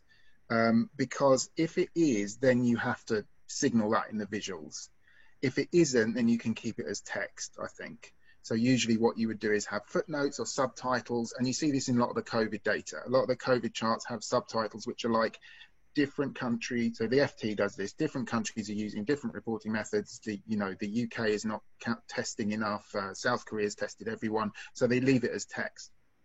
But if it is actually, vital to the understanding of the story that you're comparing countries and some countries are hugely reliable and others aren't, then usually you would have either use color to suggest the darker color is more reliable, darker shade of red is more reliable, the lighter shade is less reliable, or you'd have some other visual marker to highlight the ones that were like a low base. It could be a sort of a star or a circle or whatever you want to use to say treat these ones with suspicion. That would be my view, but Tobias, you might think otherwise. Yeah, it depends on the story, right? So for that carbon monitoring, it had to be visual. But the questionable nature of the data was the story, and so we highlight that became the main visual element, was that fuzziness for when the numbers are fuzzy. Whereas for the New York Times, the fact that South Sudan and Bhutan don't collect this data or don't release it about maternal leave, that wasn't their main story. So they buried it, and they made it, as Adam was saying, it became that light grey, just vanished into the background, because it was still good. You have to be worrying about visual clutter, and it sounds paradoxical, but the lack of something can be as cluttering and distracting as there being, if they had not filled those countries in that light grey, there would have been a hole in the middle of Africa, and you would have wondered, that would have caught your attention too soon. You do have to think about how far down you are pushing this stuff in the hierarchy. Sure. The other thing I think you can do is just, as Tobias said, the more important it is, the more you bump it up the visual hierarchy. I'd say, the lowest is, if there's any uncertainty, you always say at the very least as a footnote. If it's more uncertain, as with the COVID charts, it goes in the subtitle. More uncertain than that, I would say some kind of mark on the bar. So an example is a recent chart about deaths in various conflicts, so Syria, Afghanistan, DRC and so on, where the margin of error was so vast in Syria, it was like from 50,000 to 250,000. You had to have an error. You had to show that on the bar. You couldn't just say 120,000 people have died in the Syrian civil war, because it's just, the actual story is we don't know. No one's in there counting. It could be as low as 50. It could be as high as 250,000. I'm not sure if those are the right numbers, but it was something like that range. And so that's kind of stage 3. And then stage 4, as Tobias said, is actually, this chart is about uncertainty. So the colors or how in focus the shapes are is what this chart is about. And actually, arguably in the Syria example, it probably could have easily been about this data is about how impossible it is to gather this data. Okay, thank you. Another practical question from Lauren. What sorts of tools do you use to make visualizations accessible for colorblind audiences? So I guess that's about, well, accessibility, across all kinds of issues. Well, there's good news in that most software has inbuilt tools now.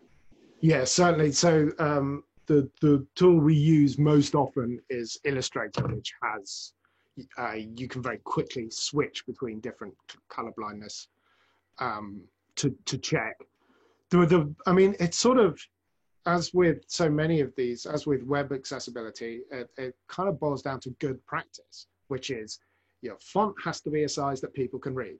Don't use red, amber, green, because 9% of the male population can't see any difference between red and green.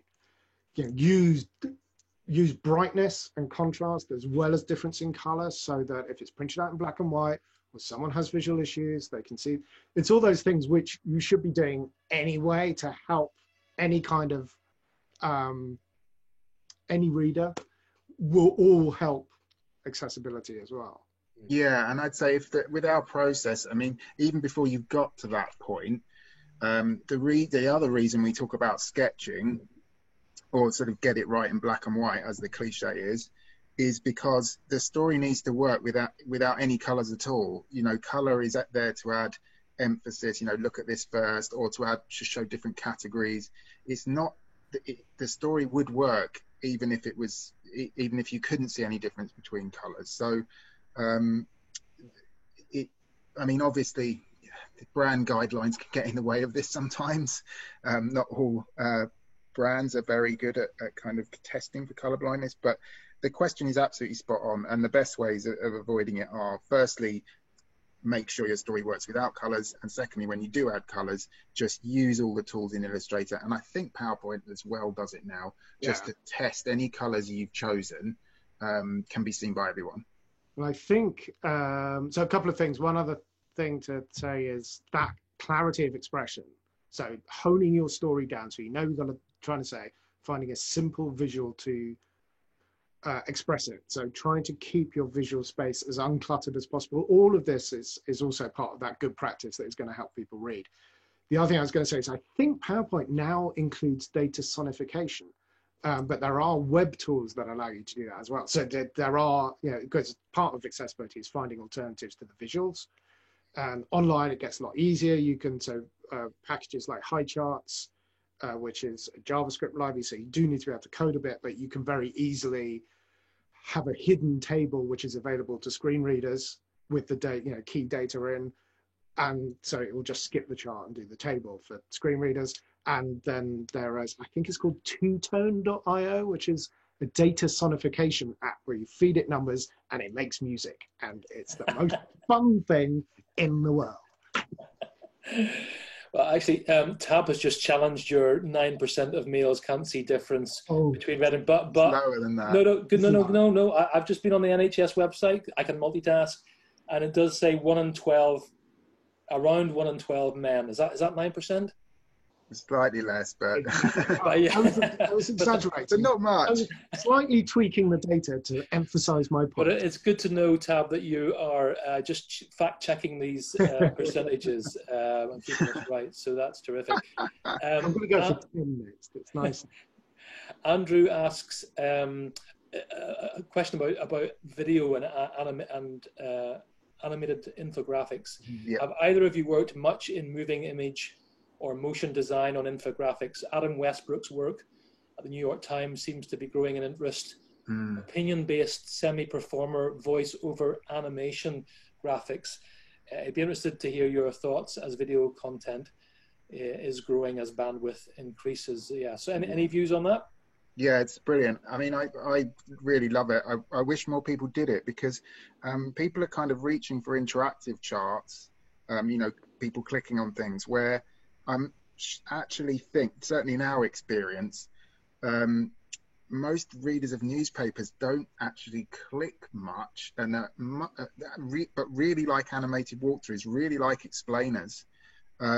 We certainly make a lot of them, and I think it's kind of, interactivity is often a bit is often lazier because you don't actually have to spend as much time crafting a story and thinking about, okay, we got 3-minute animation. What's the essential stuff? What are the best visuals for those particular points we want to make? What are the best charts? And I think that's the reason audiences like animations, because it actually, there's more thought and work that goes into them.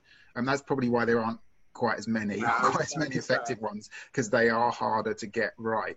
But when you do get them right, good God, they spread. You know, they spread like wildfire. I hope more people do them. The skills you need to make them are a little bit more involved, though. You need Sorry, Adam. I was just going to say, you usually need a team. Oh, definitely. You will need a animator and video specialist, and then someone who can storyboard it. And the just to add to what Adam was saying about, because the problems with it are, it takes more time, it takes more effort, it takes more people. You have to be simpler. You cannot do, particularly in a web video player where you've just got this tiny little space, you have to do really simple visuals.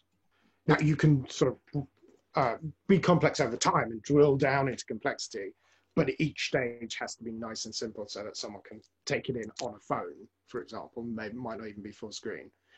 And the other thing is, it forces you into a linear explanation and a linear structure, so that, which is, you know, for explainers or for walking people into a complex story, it's perfect. But for some things, it just doesn't work, because actually you need someone to direct themselves around a complex visual or to interact with something. It's not always the right medium. It's my one example, if you're interested in this stuff, you might know it already, but Neil Halloran is fantastic. A couple of years ago, he produced a motion graphic on Stalingrad called, I think, The Fallen, or The Fallen of World War II, or something like that. And he did it all by himself. And I think it's worth looking at, because the kinds of approach he used, I mean, well, obviously the voiceover is not by him, but it is something, he deliberately uses transitions and illustrations that you can imagine one person doing most of it by themselves. So yeah, if you're interested, I think he's a good person to study. He does it really well, and he does it with, you know, I don't look at his stuff and think, oh my God, there must have been 10 people doing that. I do think, yeah, that was essentially a single guy doing most of it. Okay. Which, with, you know, news budgets being what they are, is a good thing.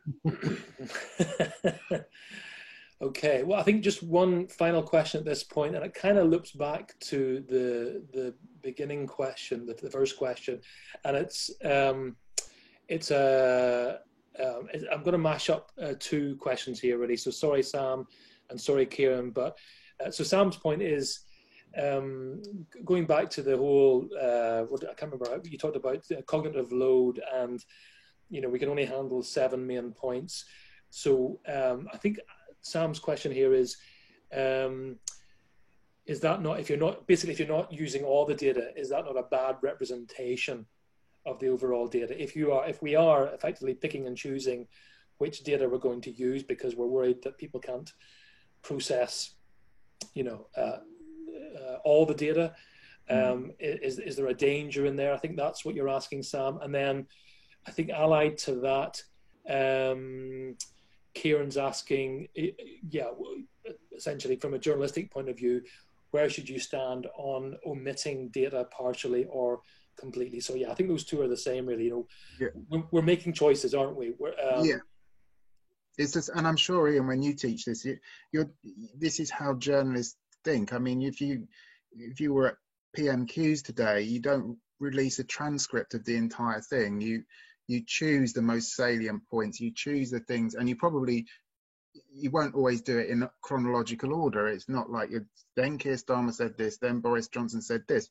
You might start with something that was 40 minutes in because it was just the most dramatic, and then you'll link it into a coherent order. And it's no different with data. I mean, you're not being misleading by leaving data out. You're being helpful. Your audience expects you to leave data out. That's kind of your job. Your job is to translate complexity into something that's clear. I mean, as long as you're truthful, as long as you're not putting information in there that isn't in the data set, and as long as your omissions aren't misleading, then your audience is that's why they've bought the paper or visited your website, because they trust your integrity and your ability to make sense of a something that they don't have the cognitive load to understand. The only thing I would add to that, certainly we did this at The Guardian, and I would hugely urge you to all do this, is whenever you write a story which has a data set behind it, please publish the data as well. Right down the bottom, download the spreadsheet and treat that as something you publish. So you have whatever spreadsheet you've used, tidy it up, make sure all the columns are readable and make sense. And so anyone who's got any questions about what you left in or left out or put in can download everything, can download that spreadsheet, make their own charts, draw their own conclusions. So that's the only thing. Please do that. Just as a reader, whenever I get to the end of a fascinating data story, I just want to see the data. And certainly The Guardian did that just by default. Yeah, and one of the crucial things to remember about cognitive load is that structure helps. Like one of the first thing that George A. Miller tried, I believe, Adam, correct me if I'm wrong, was just random numbers. Yeah. And the moment he gave people numbers that had meaning, they could remember and put them into a structure, they got a little better. People still aren't great, but the great thing you can do with structure is move people through layers of, you have 7, and then you have 7 more, and then you have 7 more. And because you're doing exactly what Adam was saying of helping them by not confusing them, they will get deeper. And it's exactly, what you do in a story. I always use, because it's really useful to explain to like corporates, that kind of NPR structure of, here's an anecdote about this little 82-year-old lady who was shut up on her own, and we're going to widen this out to the whole COVID experience. And that's essentially what you're doing. You start with some drama, which has to be simple and does become anecdote, but then you're going to use that to lure them into the hard stuff and get them to the numbers. Yeah. So you have to discard lots of things on the way, but eventually you will get people to that download the data link. Yeah. And I think the structuring thing, as Tobias said, is key. And I think what happens is humans do, it's a journalist's job to introduce that structure so they remember it, because if humans will just introduce it themselves otherwise, the classic example is a phone number which everyone remembers with a specific rhythm, because it's impossible unless you go 0785 pause 5014, however you do it, or everybody ring Adam. Sorry. Yeah, everyone ring me. That was your number. Or the other, like the alphabets, A B C D E F G H pause, or 30 days have September, April, June. I regularly hear adults, they've had their whole life to remember how many days there are in each month, reciting the days of the month song, to how many days has May got? Is that 30, 31? It's like, even that is beyond us, and we have to introduce a song, a structure, a rhythm to remember it. And I think that's why that ability, the importance, and journalists all know this, just choose the important stuff and then give people a plot, give people a sort of melody, a rhythm, because then it goes in, then they're able to, that rule of 7 magically expands. I know everyone's probably waiting for tools, so we should talk about those. Yeah, before we move on, because I need to ask this question from Liz, because it's a valid one. Liz says, I've noticed a lot of the designers mentioned are men. I don't think I've heard a single woman's name mentioned. Is this corner of journalism overwhelmingly male? It's a really good point, and it is still pale, male and stale at the moment, partly because it's getting better. But the kind of because it started as a sort of statistical thing, and that as a profession, that is, men are massively overrepresented unfairly in statistics and analysis, because it started there with people like Edward Tufte and Stephen Few. It did have a very male bias. It's getting a lot better. Stephanie Posavec, Georgia Lupi, Valentina De Filippo. There are some brilliant data viz designers out there, and actually in our full day course we talk about all of them. and you know, a book like Dear Data is absolutely brilliant and transformative. And I mentioned Jane Pong already, whose infographics are absolutely fantastic. So they are out there. But yes, it's kind of I suppose the names that get mentioned most, like Edward Tufte, David McCandless, Alberto Cairo, it is still way too male. The good news is most newsrooms that I'm aware of in the last 5 years or so have been trying to fix this. So certainly in The Guardian, the US data editor is Mona Chalabi, who's absolutely brilliant. If you follow her on Instagram, please. It's fantastic. Financial Times, obviously John Bermoli is fantastic, male, but Federica Cocco, I'm not sure, it's Italian, I'm not sure how you pronounce her surname, but she is brilliant as well, well worth following. So most newsrooms are trying to correct it. It's definitely changing, yeah. It's definitely changing, and you know, the work that certainly for us, Valentina, for instance, is probably, and Stephanie Postovich are probably the two best data viz designers working. I don't know if everyone agrees with us, but yeah, I mean, I would buy their books. They're amazing. Mona. The only thing is, what I would say is neither Stephanie nor Valentina would describe themselves as journalists, so that's why we haven't included them. Mona definitely is, but they would call themselves data artists, which is a slightly different thing. Their goal is to make something that looks really interesting and intriguing. It's not always about clarity, and obviously the goal of any data journalist tends to be clarity first. And so actually Mona Chalabi is archetypal. Although I should say both of them are brilliant. I mean, some of the stuff that Stephanie did back in the day with David McCandless should be said. David McCandless is an editor. He does very little design himself. He works with statisticians and analysts, and he works with designers like Stephanie to produce, you know, and they make the stuff, and he's just sat in the middle, mostly drawing pictures. He does more than that, and I'm being very unfair to him. But, you know, it comes back to that teamwork again. Sorry, I veered off. No, thank you for that. And actually, my colleague Chris mentions also Leela Hadou at the Times. Oh, yeah, very much so. Who's the data editor at the Times and the Sunday Times. So thank you for that, Chris. Sorry, I just need to ask one final, this is a quick question. Can you just tell us again the name of the person who did the Stalin animation that you mentioned? Oh, Neil Halloran, which is HALLORAN, I think. But if you, Google will sort you out if I spelled it wrong. Okay, I hope that answers your question, Ian. Right, thank you both. Do you want to just finish the session with showing us some freebies? Yeah. Who's doing this? If you want, do you want to do the blogs thing, and I can do a little thing at Flourish at the end? Okay. Hold on, let me just deal with PowerPoint. There we are. Can you see that? Yes. Oh, thank you. Right. So most of this stuff, certainly the data journalism, you will know. I am going to point out the Information is Beautiful Awards. So Information is Beautiful is David McCandless's first book, created an industry, essentially.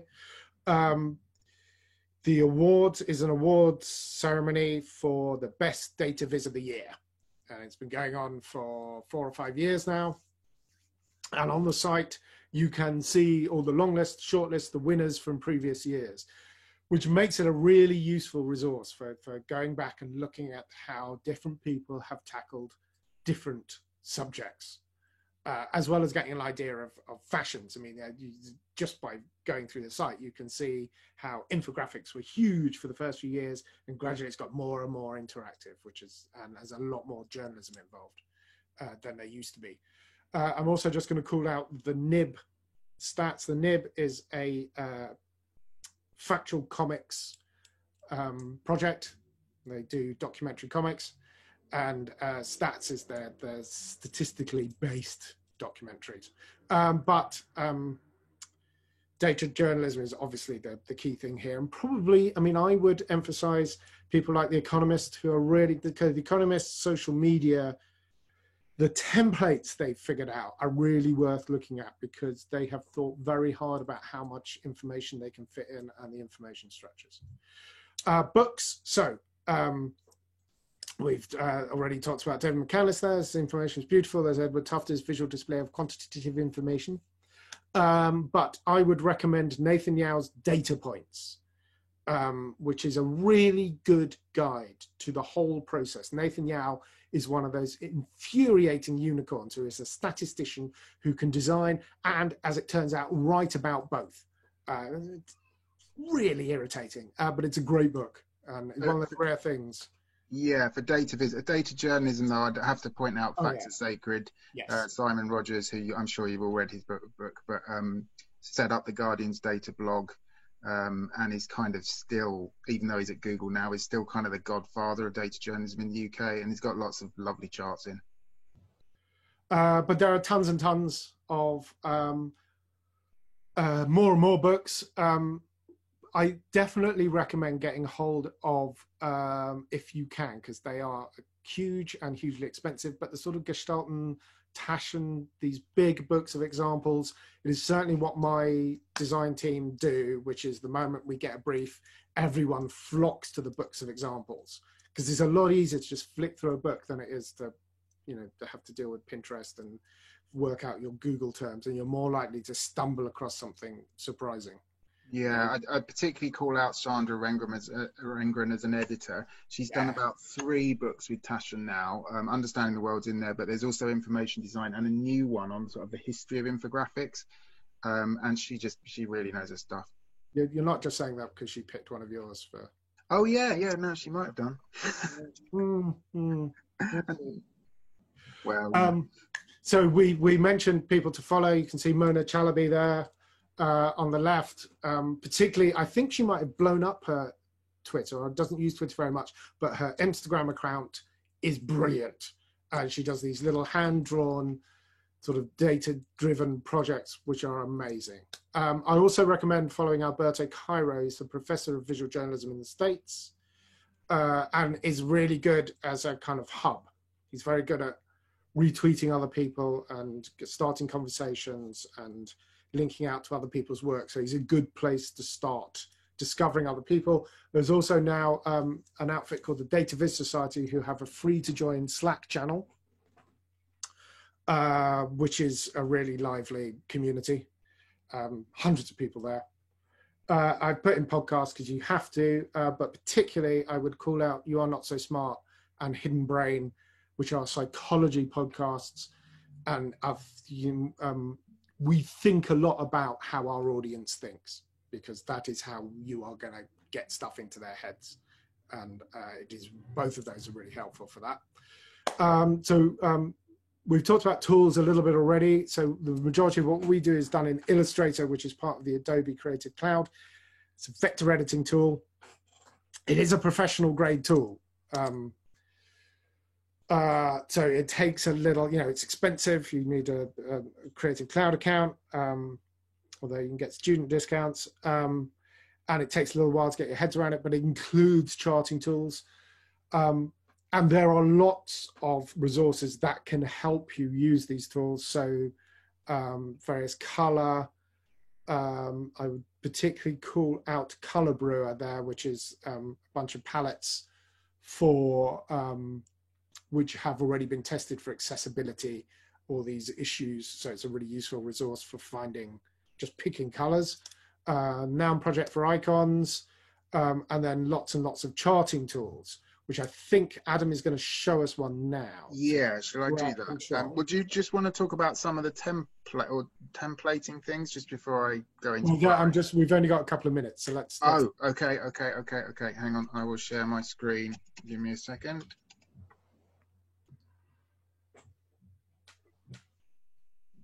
Just while you're doing that, Rupa mentions another great book, Dear Data. Oh, yes. Oh, yeah, I mentioned that a bit earlier, but it's not on our slide yet. Dear Data is fantastic. It's essentially a collaboration between Georgia Lupi and Stephanie Posavec, are 2 of the people we mentioned, and it's lots of hand-drawn data viz. Okay. Can you all see Flourish? Okay. Yes. It's great. So the 2, well, actually 3 we use most often are Raw, If you just type in raw charts into Google, it just you can create really complex charts very easily.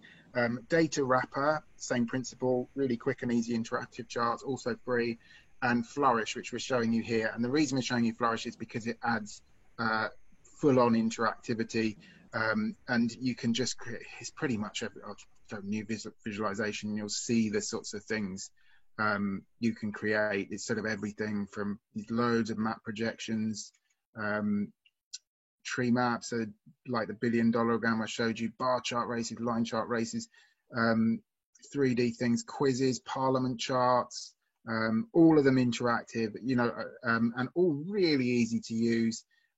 So this is one we made just a couple of days ago when we were doing a course for the WTO, and they just wanted to, so we did just put together a very quick chart about the history of exports, which countries have exported the most over the years.